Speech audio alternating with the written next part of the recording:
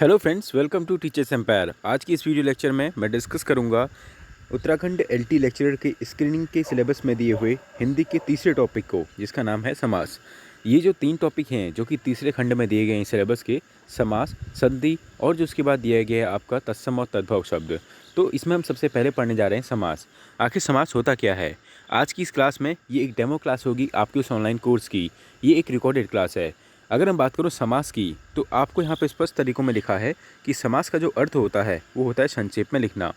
इसका क्या मतलब हुआ कि जो समास शब्द का जो शाब्दिक अर्थ होगा वो होगा संक्षेप, लेकिन जो समास की जो परिभाषा होगी वो होती है दो या दो से अधिक शब्दों से मिलकर बना नया शब्द। इसका सीधा सा मतलब ये हुआ, अगर आपसे आयोग ये पूछता है कि समास शब्द का अर्थ क्या होता है तो आपका आंसर होगा संक्षेप। अगर पूछता है दो या दो से अधिक शब्दों के मिलने से बने नए शब्द को हम लोग क्या कहते हैं, वो होता है समास। यानी शाब्दिक अर्थ की बात करेगा तो वो होगा संक्षेप, और परिभाषा की बात करेगा तो ये रही आपकी परिभाषा। अब इसमें जो दूसरी चीज़ आती है वो आती है कि समास शब्द का विलोम क्या होता है। तो समास शब्द का विलोम होता है व्यास। व्यास क्या होता है, आपने गणित में वृत्त अगर पढ़ा होगा, कभी भी अगर आपने वृत्त के बारे में पढ़ा है, तो जो वृत्त का जो आधा भाग होता है इसे हम लोग त्रिज्या कहते हैं। लेकिन जब यही त्रिज्या पूरे वृत्त को घेरती है तो हम इसे परिधि कहते हैं। इसका सिंपल सा मतलब ये हुआ, समास का मतलब जहाँ संक्षेप है तो संक्षेप का जो विलोम होगा वो क्या हुआ होगा, उसका संपूर्ण रूप, और संपूर्ण रूप को ही हम लोग यहाँ पे कहते हैं व्यास। इसका मतलब ये हुआ कि जो समास का विलोम है वो क्या है, व्यास है। ये एक बार पूछा गया है किसी एग्जाम में, इसलिए ये इंपॉर्टेंट हो जाता है कि समास का विलोम शब्द क्या होता है, व्यास होता है। और समास का शाब्दिक अर्थ क्या होता है, संक्षेप होता है। और समास की परिभाषा क्या होती है, दो या दो से अधिक शब्दों के मिलने से बना नया शब्द। जैसे आप यहाँ पे कुछ शब्द देख पा रहे होंगे, जैसे एक शब्द है ग्रह।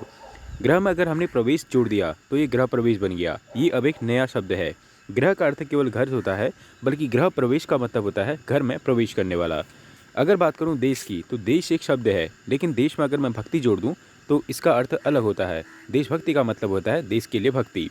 राज की अगर बात करूं तो राज का मतलब होता है राजा से, लेकिन अगर मैं राज में अगर पुत्र जोड़ दूं, इसका मतलब ये होता है कि जो राजा का पुत्र है उसे ही हम लोग क्या कहते हैं, राजपुत्र कहते हैं।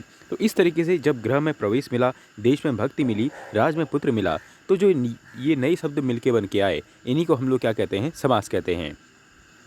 अब बात आता है कि जो समास है क्या वो केवल दो शब्दों के मेल को कहते हैं, तो हम दो से अधिक शब्दों के मेल को क्या कहते हैं। इसका सही आंसर होगा दो से अधिक शब्दों के मेल को भी हम लोग क्या कहते हैं, समास कहते हैं।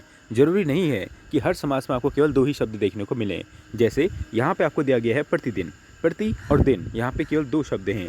लेकिन अगर आप इसके आगे देखेंगे, यहाँ पे लिखा है दिन प्रतिदिन, यहाँ पे आपको तीन शब्द देखने को मिल रहे हैं। इसका ये मतलब है कि दो से मिले शब्दों को हम समास तो कहते ही हैं, लेकिन दो से अधिक शब्दों से मिलकर बनने नए शब्द को भी हम लोग क्या कहते हैं, समास कहते हैं। जैसे आप दिन प्रतिदिन में देख पा रहे होंगे, दिन प्रतिदिन में एक आपका दिन तो है ही है, एक शब्द आपका क्या है, दिन है, और दूसरा है आपका प्रति, और तीसरा जो शब्द है वो है आपका दिन, यानी दिन प्रतिदिन। अब जब ये तीनों शब्द मिले तो इन्होंने एक नया शब्द बनाया जिसे हम लोगों ने कहा दिन प्रतिदिन। इसका सिंपल सा मतलब ये हुआ कि दो शब्दों के मेल से बने नए शब्द को समास कहते हैं, ये बिल्कुल सही है। लेकिन दो से अधिक शब्दों के मेल से बने शब्द को भी हम लोग समास कहते हैं, ये भी बिल्कुल सही है। जैसे साल दर साल, साल दर साल में आपको तीन शब्द देखने को मिलेंगे, तो ये भी एक तरीका क्या क्या है, समास है। प्रतिदिन भी एक तरीके का क्या है, समास है।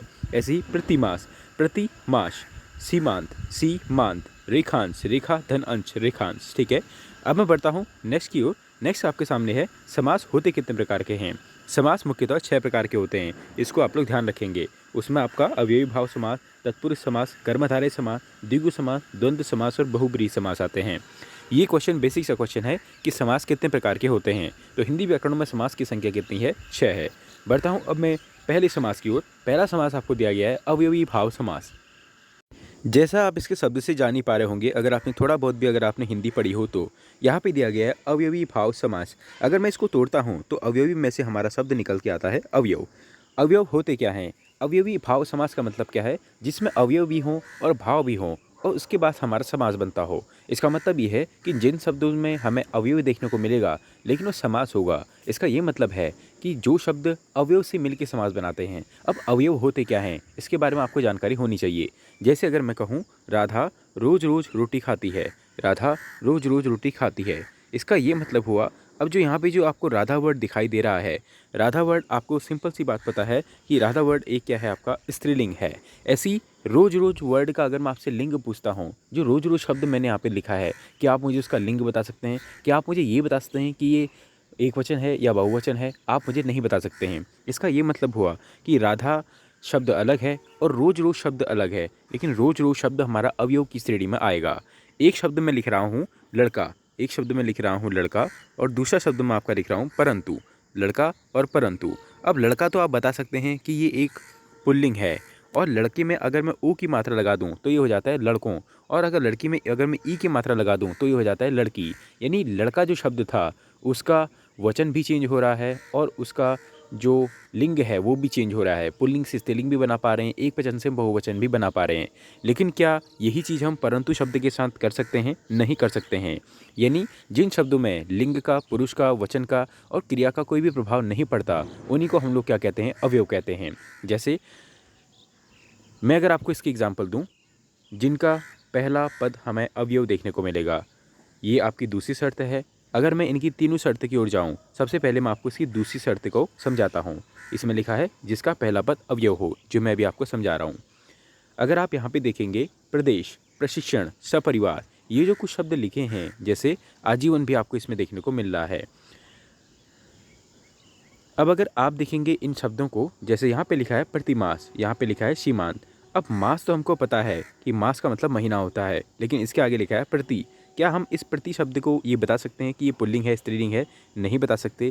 क्या हम प्रति शब्द का बहुवचन बना सकते हैं? नहीं बना सकते हैं। इसलिए प्रति इसमें लगा है जो कि एक अवयव है, और मास जो शब्द है उसका मतलब होता है महीना। इसलिए यहाँ पे जो प्रति शब्द है वो है आपका अवयव। ऐसी अगर आप दूसरा शब्द देखेंगे, सीमांत। अब अगर मैं इसमें इसको ब्रेक करता हूँ तो सीमा धन अंत, यानी मांत शब्द अलग है, और सी का हम कोई भी लिंग नहीं बता सकते कि ये सी शब्द है क्या ये पुल्लिंग है, स्त्रीलिंग है। ऐसे आपका रेखांश है, रेखा धन अंश। अगर मैं इसको तोड़ता हूँ तो आपको यहाँ पे जो रे शब्द है, आप उसको मुझे लिंग या पुरुष आप मुझे नहीं बता सकते हैं। ठीक है। ऐसे ही यहाँ पे है प्रतिदिन। दिन तो सही है, क्या आप मुझे प्रति शब्द का पुल्लिंग, स्त्रीलिंग, इसके वचन बता सकते हैं? नहीं बता सकते हैं। ऐसे ही यहाँ पे आपको शब्द देखने को मिल रहा है आजीवन। जीवन तो सही है, क्या आप मुझे इस आ शब्द का मुझे लिंग बता सकते हैं? नहीं बता सकते हैं। देश तो सही है, क्या आप मुझे इस प्र शब्द का लिंग, पुरुष, वचन इत्यादि बता सकते हैं? नहीं बता सकते हैं। अगर आप अन्य शब्दों को देखें, जैसे यहाँ पे लिखा गया है यथामति। अब यहाँ पे मति तो सही है, क्या आप मुझे इस यथा शब्द का लिंग, पुरुष, वचन इत्यादि बता सकते हैं? क्या हम यथा में ई की मात्रा या ओ की मात्रा जोड़ने से हम इसको पुल्लिंग, स्त्रीलिंग बना सकते हैं? नहीं बना सकते हैं। ऐसे ही जो भी वर्ड आपको रिपीटेड वर्ड दिखते हैं, यानी जिनमें आपको रिपीटेशन देखने को मिलता है, जैसे दिनों दिन, रातों रात, घर घर, हाथों हाथ, ये जो रिपीटेशन वाले वर्ड होते हैं, प्रतिदिन, दिनों दिन, रातों रात, घर घर, हाथों हाथ, जिनमें हमें पुनरावृत्ति देखने को मिलती है, वो शब्द भी अवयव की श्रेणी में आते हैं। इस बात को भी आप लोग ध्यान रखेंगे। तो उम्मीद है आपको ये शर्त समझ में आई होगी कि जिनकी शुरुआत अवयव से होती है। कुछ अन्य अगर मैं आपको एग्जांपल दूं, जैसे आप देख सकते हैं भर पेट। पेट तो हमें पता है, क्या आप यहाँ पे हमें भर शब्द का मतलब बता सकते हैं? आजीवन मैंने आपको बता दिया। यथा सामर्थ्य, सामर्थ्य तो ठीक है, क्या आप मुझे यथा शब्द का लिंग, पुरुष, वचन इत्यादि बता सकते हैं? नहीं बता सकते हैं। वर्ष ठीक है, लेकिन क्या आप मुझे प्रति शब्द का लिंग, पुरुष बता सकते हैं? नहीं बता सकते हैं। ठीक है। तो इस तरीके की जो चीज़ें हैं, जैसे खूबसूरत में सूरत तो शब्द है, लेकिन क्या इस खूब शब्द का आप मुझे लिंग, पुरुष या वचन बता सकते हैं? नहीं बता सकते हैं। ना इनमें कोई फ़र्क पड़ता है लिंग, पुरुष, वचन से। खूब में अगर मैं ई की मात्रा लगा दूं, नहीं पुल्लिंग बन सकता है, ना स्त्रीलिंग बन सकता है। तो इस तरीके के जो शब्द होते हैं, उनसे जो हमारा समास शुरू होता है, उसे ही हम लोग अव्ययी भाव समास कहेंगे। तो उम्मीद है आपको ये शर्त समझ में आई होगी कि जिसका पहला पद अवयव हो। अब मैं बढ़ता हूँ पहले शर्त की ओर, जिसका पहला पद प्रधान हो, और वो प्रधान जो पद होगा वो उसकी विशेषता बताएगा। अगर आप इन शब्दों की ओर जाएं, जैसे यहाँ पे दिया गया आपका सपरिवार, आजीवन, जो इस तरीके के शब्द होते हैं वो उसकी प्रधानता बताते हैं। आपको पता होगा कि गांव में प्रधान कौन होता है? जिसमें कुछ शक्ति होती है, जिसमें कुछ पावर होती है, जो और उसे धनाढ्य होता है, उसी को हम लोग प्रधान कहते हैं। अब प्रधान शब्द की अगर बात करूं, तो पहले पद प्रधान होने का मतलब ये है कि अगर आप इन शब्दों में देखें, दिन तो हैं लेकिन प्रतिदिन की बात कर रहा है, मास तो है लेकिन प्रति मास की बात कर रहा है। दिन का मतलब क्या होता है? दिन का मतलब केवल दिन से होता है, लेकिन प्रतिदिन का मतलब होता है प्रत्येक दिन। इसका मतलब ये है कि जो इसमें प्रति शब्द लिखा है, इसकी अपनी प्रधानता है, इसकी प्रधानता है। और दिन शब्द तो है ही है, लेकिन दिन शब्द में अगर मैं प्रति जोड़ दे रहा हूँ, एक वो उपसर्ग है, और दूसरी बात वो उसकी विशेषता बता दे रहा है। दिन तो है लेकिन प्रत्येक दिन की बात कर रहा है, महीना तो है लेकिन प्रत्येक मास की बात कर रहा है। तो इस तरीके के जो शब्द होते हैं जिनमें पहला पद प्रधान होता है, उसी को हम लोग अव्ययी भाव समास में गिनते हैं। जैसे सीमांत में अगर आप देखेंगे, अंत तो है लेकिन किसका अंत बात कर रहा है? सीमा के अंत की बात कर रहा है। ठीक है, अगर मैं यहाँ पे एक शब्द लिखता हूँ, मैंने एक शब्द लिखा शक, लेकिन शक तो है लेकिन अगर मैं इसके आगे एक शब्द लिख देता हूँ बे, तो बेशक का मतलब हो जाता है, आपको पता है बेशक का मतलब बे लगाने से पूरा ही बदल जाता है। तो बेशक का मतलब क्या होगा? बिना शक के। ऐसे ही जो अन्य वर्ड होते हैं, जैसे एक शब्द आता है डर, जैसे एक शब्द आता है डर, लेकिन डर के आगे अगर मैं नी लगा देता हूँ तो ये क्या बन जाता है? निडर, यानी बिना डर के। इसका मतलब आपके समझ में ये बात आ गई होगी कि पहला पद प्रधान हो और उसकी विशेषता बताता हो। जैसे डर तो था लेकिन अगर मैंने आपका नी लगा दिया, अब ये नी शब्द इसकी विशेषता बता रहा है, यानी बिना डर के। ठीक है, ऐसे ही जो मैंने आपको पहला शब्द बताया था, जैसे अगर मैं बात करूं संदेह की, संदेह के आगे अगर मैं निस लगा देता हूं तो ये क्या बन जाता है? आपका निसंदेह। यानी इसमें जो ये निस शब्द हमने लगाया है ये इसकी विशेषता भी बता रहा है और ये प्रधान शब्द भी हो गया।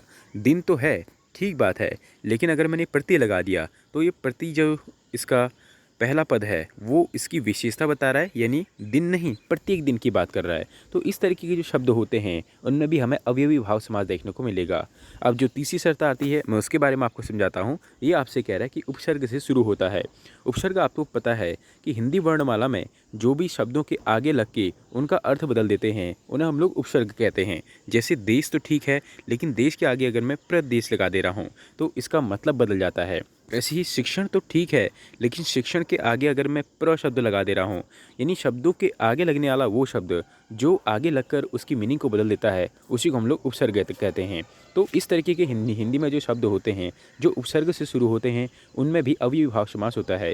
जैसे शिक्षण के आगे प्र लग गया तो ये प्रशिक्षण हो गया, परिवार के आगे स लग गया तो ये सपरिवार हो गया, जीवन के आगे आ लग गया तो ये आजीवन हो गया। जीवन तो ठीक था लेकिन आजीवन का मतलब होता है अंत समय तक। ऐसे ही शिक्षण तो ठीक था लेकिन प्रशिक्षण का मतलब होता है अभ्यास। ऐसे ही परिवार तो ठीक है लेकिन सपरिवार का मतलब होता है पूरा परिवार। इस तरीके के जो शब्द होते हैं जिनमें उपसर्ग से उनका अर्थ बदलता है उनमें भी आपको अव्ययी भाव समास देखने को मिलता है। जैसे मैंने अभी अभी जो आपको वर्ड बताए थे, शक तो ठीक है लेकिन शक के आगे अगर मैं बे लगा देता हूँ तो ये हो जाता है बेशक। संदेह तो ठीक है, ये एक शब्द है, लेकिन संदेह के आगे अगर मैं एक उपसर्ग लगा देता हूँ निसंदेह तो इसका भी अर्थ बदल जाता है। तो उम्मीद है आप इसको समझ पा रहे होंगे। यानी पहला पद उपसर्ग हो वो भी ठीक है और उपसर्ग होने के साथ साथ अगर वो अवयव भी होता है तो वो भी अव्ययी भाव समास में होगा। और जो तीसरी शर्त हमने पढ़ी थी, यानी जिसका पहला पद अवयव हो, यानी इन तीनों का आप मतलब समझ पा रहे होंगे। उपसर्ग भी होगा और अवयव भी होगा और पहला पद प्रधान भी होगा। प्रधान शब्द को बहुत से लोग नहीं समझ पाते हैं, जो मैंने आपको बताया। दिन तो है लेकिन दिन नहीं प्रत्येक दिन की आपसे बात कर रहा है। शक्ति तो है लेकिन शक्ति के आगे अगर मैं यथा लगा देता हूँ तो हो जाता है यथा शक्ति। ठीक है, इस तरीके के जो शब्द होते हैं, यथा हो गया, प्रति हो गया, ये जो पहले पद प्रधान होते हैं यानी उनकी विशेषता को बना देते हैं। विधि तो ठीक है, विधि एक शब्द है, लेकिन यथा विधि का मतलब हो जाता है विधि के अनुसार। तो ये जो चीज़ें हैं आपको अव्ययी भाव समास को पहचानने में बहुत ही मदद करते हैं और ये चीज़ें आपको पूरी क्लियरली डिफाइन होनी चाहिए। अवयव हो, पहला पद प्रधान हो, दूसरी बात है उपसर्ग से शुरू हो। तो ये थी आज की क्लास की छोटी सी मैंने आपको क्लिप दी है। पूरी क्लास देखने के लिए आपको हमारा कोर्स ज्वाइन करना पड़ेगा। कोर्स ज्वाइन करने के लिए आपको ये जो नंबर दिया गया है, आप इस नंबर पे व्हाट्सएप करके भी जानकारी ले सकते हैं। फीस इसमें मात्र 1600 रुपये है और ये कोर्स में आपको इसी तरीके से टॉपिक वाइज सारे टॉपिक पढ़ाए जाएंगे और इनकी आपको पीडीएफ भी हैंड रिटन फॉर्म में दी जाएगी। तो thank you for watching this video. आप वीडियो को शेयर करें, ज़्यादा से ज़्यादा आप इसको शेयर करें। बहुत ही कम प्राइस में हमारा ये मानना है कि गाँव के उस अंतिम बच्चे तक ये वीडियो पहुंचनी चाहिए जिसको भी ज़रूरत है प्रवक्ता स्कैनिंग की तैयारी हमें कैसे करनी चाहिए। एक प्रॉपर गाइडेंस के साथ हम लोग चलेंगे। आपको बीच में मोटिवेशन के लिए जो टॉपर्स हैं जिन्होंने एग्ज़ाम निकाले हैं उनके भी सेशन आपको देखने को मिलेंगे। Thanks for watching this video. Thank you very much.